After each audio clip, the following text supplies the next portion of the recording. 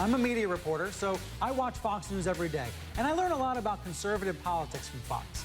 But may I strongly suggest that you not take its medical advice? Fox has what it calls a medical A-team, and one of the members is Dr. Keith Ablow.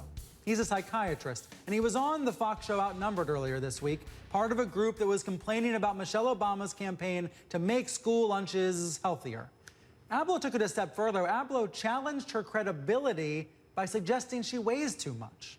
By the way, how well can she be eating? She needs to drop a few.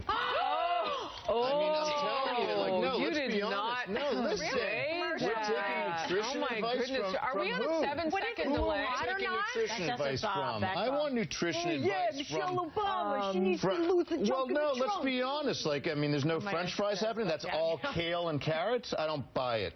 Speaking as a guy who was overweight growing up and who lost 90 pounds a few years ago, I think we need all the help we can get to reduce obesity in this country. So I really wish talking heads would not controversialize something as simple as nutrition advice. But let's hone in on Ablow right here. This is far from the first time he has said something outrageous. In 2012, he implied that Vice President Joe Biden might have dementia and also suggested that year that Newt Gingrich's 3 marriages meant he might be a strong president.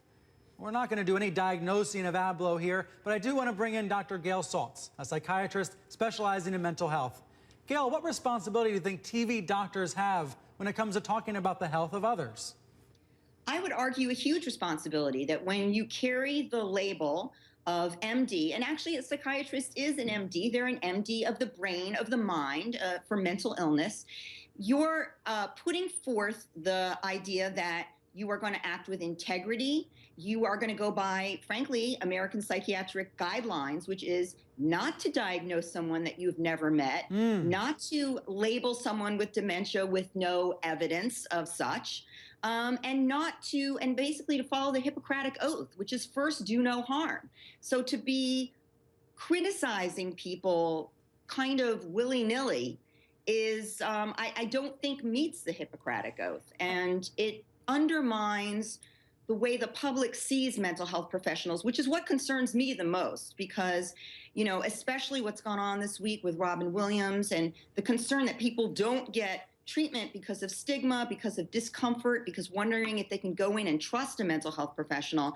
It's really important that anyone who presents themselves as such in the media really follows those guidelines and people feel that they can trust them, not that they will be criticized. Medical experts are some of the most influential people on television, and I wonder if in some cases there's this urge to be entertaining, to be provocative, to be outrageous. Have you ever felt that? I would say I have felt that because, let's face it, people want, media wants eyeballs, producers, viewers, and so on respond so much to that provocativeness. But I would say that I try very hard every day to resist that, to say, the most important thing is I'm a physician, I'm a psychiatrist, people are looking to me to educate, to inform about problems, about treatment, to have science be the backup for what I'm saying. And if I want to speak about opinion, I think if any professional wants to express their opinion that has nothing to do with medicine, they have to carefully take off their doctor hat and make it clear that they're doing so. I don't want to take Ablow's bait about Michelle Obama, but is it fair to say that you can have a physician who's a little bit overweight or have a psychiatrist who has his or her own mental health problems and still be effectively treated by that person? In other words, that person can still give great advice? I ask because one of the people that helped me most when I was losing weight was someone who was overweight as well.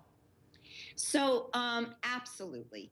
The bottom line is that many, actually, mental health professionals are drawn to the field because they have struggled with mental health problems themselves.